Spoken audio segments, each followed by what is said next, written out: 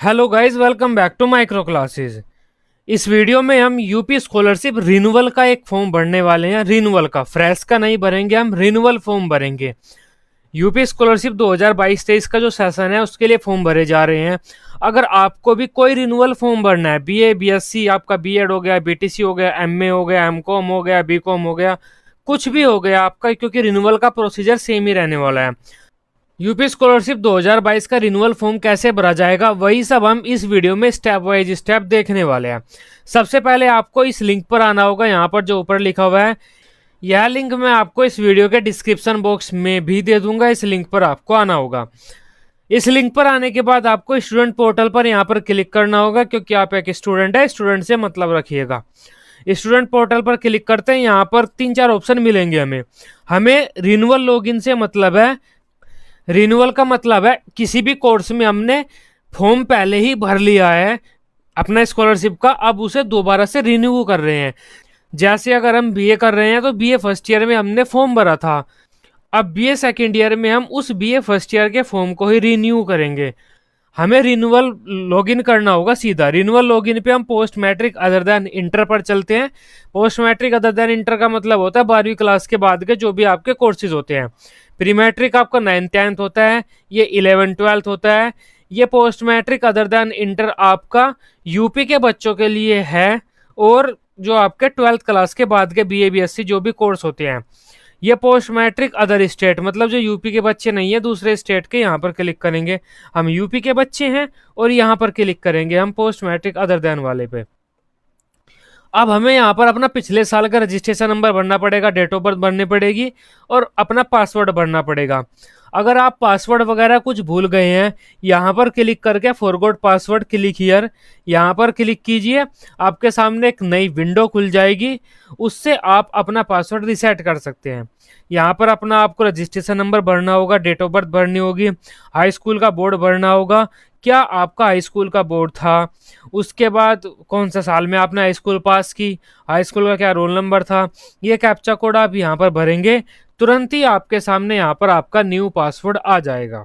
अब हम दोबारा बैक पेज पर चलते हैं, क्योंकि हमें हमारा पासवर्ड पता है। तब हम दोबारा यहाँ पर रिन्यूअल लॉगिन पर post matric other than student पर जाते हैं। अब हम लॉगिन करेंगे। सबसे पहले आपको यहाँ पर अपना पिछले साल का रजिस्ट्रेशन नंबर भरना होगा। हम अपना रजिस्ट्रेशन नंबर यहाँ पर भर लेते हैं। जो भी हमारा रजिस्ट्रेशन नंबर है वो हम यहाँ पर भर रहे हैं। आप भी अपना रजिस्ट्रेशन नंबर भर सकते हैं। उसके बाद हमारी जो डेट ऑफ बर्थ है वह हमें यहाँ पर भरनी होगी। हमने अपनी डेट ऑफ बर्थ भी भर लिया है, और जो पासवर्ड हमने पिछले साल बनाया था या अभी रिसेट किया है, उस पासवर्ड को हम यहाँ पर भरेंगे। वह पासवर्ड भी हम यहाँ पर भर लेते हैं। ये जो ऊपर कैप्चा कोड दिया हुआ है, इस कैप्चा कोड को हम यहाँ पर भरते हैं नीचे। देखते हैं अब क्या होगा, और उसके बाद ये जो सबमिट बटन है इस पर क्लिक कर देते हैं। क्लिक करते ही हमारे सामने कुछ ऐसा इंटरफेस आ जाता है। ये हमारा प्रोसीजर है, मतलब स्टेप्स हैं। ये स्टेप हमें अपने पूरे करने हैं रिन्यूअल फॉर्म में। यहाँ पर भी ये स्टेप लिखे हुए हैं। ये स्टेप जैसे ही हम पूरे करते रहेंगे, ग्रीन आते रहेंगे। एक एक करके हमें सभी अपने स्टेप पूरे करने हैं। रजिस्ट्रेशन हमने फर्स्ट ईयर में कर दिया था, सेकंड ईयर में करने की जरूरत नहीं है। अब हम अपने नवीनीकरण आवेदन पत्र को संशोधित करने पर यहाँ पर क्लिक करते हैं। सबसे पहले तो रजिस्ट्रेशन की कुछ बेसिक डिटेल्स हमारे सामने आ गई। हमारी सारी डिटेल सही है। अब हम आगे बढ़ते हैं। हम शैक्षणिक वाले इस ऑप्शन पर चलते हैं और देखते हैं हमारे सामने क्या आता है। शैक्षणिक पर क्लिक करने के बाद आपके सामने कुछ ऐसे इंटरफेस आएगा। इसमें आपके जो कुछ फर्स्ट ईयर की डिटेल्स हैं वे आपकी सेफ होंगी, और कुछ सेकेंड ईयर में आपको चेंज करनी होंगी। कुछ डिटेल्स हमारी फर्स्ट ईयर की हैं यहाँ पर, और कुछ डिटेल्स हमें चेंज करनी है। सारी डिटेल हम चेंज नहीं कर सकते। जैसे आपके जो इनकम सर्टिफिकेट, कास्ट सर्टिफिकेट वगैरह आप चेंज नहीं कर पाएंगे, क्योंकि वो आपके फर्स्ट ईयर में चेक होंगे।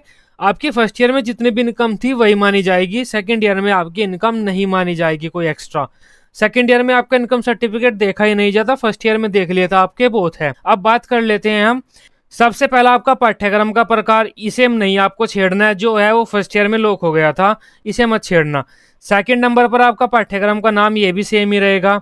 थर्ड नंबर पर आपका पाठ्यक्रम का ब्रांच, ये भी आपका सेम ही रहेगा। फर्स्ट ईयर में आपने जो भी कर दिया था वही रहेगा, इन्हें आपको नहीं छेड़ना। फोर्थ नंबर पर आपका पाठ्यक्रम का वर्ष और अवधि अपने आप आ जाएगा। ये मतलब आपका जो कोर्स है वो 3 साल का है, बीए का ये फॉर्म है, और जो आप थर्ड ईयर में है यहाँ पर भी अपने आप आपका ये आ जाएगा, ये भी आप चेंज नहीं कर सकते, फर्स्ट ईयर से अपने आप ऑटोमेटिक आपका अपडेट होता रहता है। ये भी आपको चेंज नहीं करना है। 5 नंबर में आपको कि प्रथम वर्ष में आपने किस तारीख को एडमिशन लिया था, किस डेट में आपने एडमिशन लिया था, वो भी आपका फर्स्ट ईयर में ही लॉक हो गया। मतलब पहले 5 पॉइंट आपको नहीं छेड़ने हैं, ये फर्स्ट ईयर के ही मान्य होंगे, जो पिछले साल आपने ये फर्स्ट ईयर में भर दिए हैं वही मान्य होंगे। सबसे पहला काम आपका रहने वाला है छठे पॉइंट में, रिन्यूअल फॉर्म की मैं बात कर रहा हूँ। छठे पॉइंट में आपको यहाँ पर अपने एडमिशन की डेट चेंज करनी है। अब जो आप फाइनल ईयर में या सेकंड ईयर में जिस भी साल में है, वो एडमिशन आपने कब लिया है, डेट आपको नहीं पता है तो आपकी जो फीस स्लिप मिली है उस फीस स्लिप वाली आप यहाँ पर डेट डाल दीजिए। हम मान लेते हैं हमने यहाँ पर इस तारीख को एडमिशन लिया है, जो भी आपकी डेट है फीस स्लिप वाली डाल दीजिए, या फिर आप अपने कॉलेज वालों से पूछ लीजिए। वो हमने अपनी यहाँ पर डेट डाल दिया है। अब यहाँ पर हमें अपना एनरोलमेंट नंबर डालना है। फर्स्ट ईयर में हमें हमारा एनरोलमेंट नंबर मिला होगा, जब हमारा रिजल्ट आता है उस रिजल्ट पे फर्स्ट ईयर में जो यूनिवर्सिटी का एनरोलमेंट नंबर है, पंजीकरण क्रमांक, पंजीयन संख्या, वो हमें मिलती है, उसे हमें यहाँ पर भरना होगा। जो भी हमारा एनरोलमेंट नंबर है वो हमने यहाँ पर भर ली, और जो हमारा यूनिवर्सिटी का नाम है उसे हमें नहीं छेड़ना है, यूनिवर्सिटी का नाम यहाँ पर आ रहा होगा। उसके बाद हमें अपने राशन कार्ड का नंबर यहाँ पर भरना होगा। बिना राशन कार्ड का नंबर भरे ये फॉर्म आगे नहीं होगा, राशन कार्ड का नंबर भरना होगा। आपको क्या क्या चीज़ चेंज करनी है, 6 नंबर में आपको यहाँ पर चेंज करना है, 7 नंबर में चेंज करना है, 8 नंबर आपको चेंज नहीं करना, 9 नंबर में आपको यहाँ पर कुछ लिखना है, 10 नंबर में आपको ये जो लिखा हुआ है कैप्चा कोड वो यहाँ पर भरना है। हम इसे भर लेते हैं यहाँ पर, उसके बाद यहाँ पर टिक करते हैं और सबमिट बटन पर क्लिक कर देते हैं। अब हमारा जो शुल्क संबंधी है यह टैब खुल गया। अब हमें यहाँ पर अपना वो पैसा भरना है जो हमारा इस साल के लिए हमने अपने कॉलेज में दिया है, नॉन रिफंडेबल, हमारा कितनी फीस हमने कॉलेज में जमा किया है। जिस भी ईयर में हो आप अपने कॉलेज में जाइए पता कीजिए, क्योंकि आपको अपने कॉलेज में ही पता करनी होगी इस साल की, इस सेमेस्टर की हमारे कॉलेज में नॉन रिफंडेबल फीस कितनी है। मैं बताएंगे कि आपको इतनी नॉन रिफंडेबल फीस भरनी है, वो आप यहाँ पर भरिए। नॉन रिफंडेबल फीस मान लेते हैं हमारी 5500 है, 5500 मान लेते हैं हम। नॉन रिफंडेबल फीस भरने के बाद जो ये कैप्चा कोड दिया हुआ है उसे हम यहाँ पर भरते हैं, और जो ये डब्बा सा दिया हुआ है इस पर क्लिक करके अपडेट बटन पर यहाँ पर क्लिक कर देते हैं। अब देखते हैं हमारे सामने क्या होता है। अब हमारे सामने गत वर्ष वाला ये ऑप्शन खुल गया। अब हमें हमारी लास्ट ईयर की डिटेल्स देनी है, लास्ट ईयर में क्या क्या हमारी डिटेल्स हुई है। अगर हम लास्ट ईयर में पास हो गए हैं, क्योंकि अब कोविड वगैरह तो नहीं चल रहा, तो पास ही हो गए होंगे।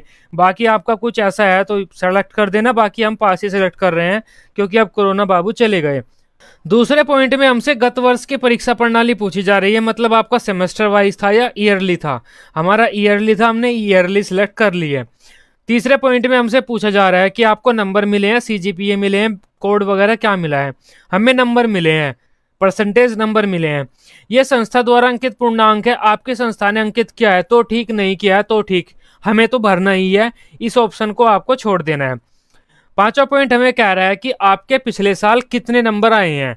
हम मान लेते हैं हमारे नंबर आए हैं 500, कितने में से आए हैं वो हमें छठे नंबर में भरने हैं। यहाँ पर हमें भरने हैं कितने में से आए हैं, हमारे 1000 में से आए हैं, और हमारी परसेंटेज यहाँ पर अपने आप आ गई 50%। यहाँ पर आपके शिक्षण संस्थान का नाम आ रहा होगा, इसे आपको नहीं छेड़ना है बिल्कुल भी, ये फर्स्ट ईयर का ही आ रहा है। ये जो कैप्चा कोड दिया हुआ है उसे हम यहाँ पर भरते हैं, और उसके बाद ये जो डब्बी सी दी हुई है इस पर टिक करते हैं और अपडेट बटन पर क्लिक कर देते हैं। देखते हैं क्या होता है। अब कुछ इस प्रकार का इंटरफेस हमारे सामने आ गया है। हमारे step 1, step 2, step 3, step 4, step 5 तक कंप्लीट हो गए हैं। हमने बस ये दूसरे वाले स्टेप किया है, बाकी स्टेप अपने आप कंप्लीट हो गए। क्यों हो गए हैं? क्योंकि ये सारे स्टेप हमारे फर्स्ट ईयर में हो चुके थे, फर्स्ट ईयर वाले ही इसने उठा लिए हैं। यहाँ पर भी हम देखते हैं टिक टिक टिक टिक टिक, ये काफ़ी सारे स्टेप यहाँ पर कंप्लीट हो गए हैं। अब हमें क्या करना है, जांच हेतु आवेदन प्रिंट करना है अपना। ये यहाँ से हम प्रिंट करेंगे, प्रिंट करने के बाद अपने कॉलेज लेकर जाएंगे, कॉलेज अपने टीचर को दिखाएंगे, टीचर बताएगा कि कोई दिक्कत नहीं है, सब ठीक है। उसके बाद हमें इस बटन पर यहाँ पर क्लिक करना है। क्लिक करने के 3 दिन बाद ये ऑप्शन हमारा खुल जाएगा। यहाँ से अपना फाइनल प्रिंट लेकर हम अपने कॉलेज में जमा कर देंगे। रिक्वायर्ड डॉक्यूमेंट लगाकर। डॉक्यूमेंट कौन कौन से लगेंगे उसके लिए भी मैंने एक वीडियो बना दी है। अब हम यहाँ पर क्लिक करते हैं और देखते हैं हमारे सामने फॉर्म कैसा प्रिंट होके आता है। अब ये कुछ फॉर्म आया है हमारे सामने, 2022 का प्रिंट किया हुआ फॉर्म है। संस्था में जमा करने हेतु नहीं है, यह सिर्फ दिखाने हेतु है। हमारी सारी फर्स्ट ईयर की डिटेल्स आएंगी यहाँ पर, मोस्टली फर्स्ट ईयर की डिटेल्स आएंगी, थोड़ा बहुत हमारे यहाँ पर सेकेंड ईयर की डिटेल्स मिल जाएगी। सारा बैंक वगैरह भी सब कुछ हमारा यहाँ पर फर्स्ट ईयर वाला ही मिलेगा। अब जो हमने यहाँ पर डिटेल्स दी हैं उसके अकॉर्डिंग हमारा ये फॉर्म प्रिंट हो गया है। आई होप अब आपको पता चल गया होगा आपको रिन्यूअल कैसे करना है। कोई डाउट हो कमेंट कर दीजिए, वहां पर मैं आपको आपका रिप्लाई दे दूंगा। वीडियो आपको अच्छी लगी आप इसे अपने ग्रुप्स में शेयर कर सकते हैं। इसके अलावा स्कॉलरशिप की कोई भी डिटेल लेने के लिए आप इस चैनल को सब्सक्राइब कर सकते हैं। Till then bye bye, take care.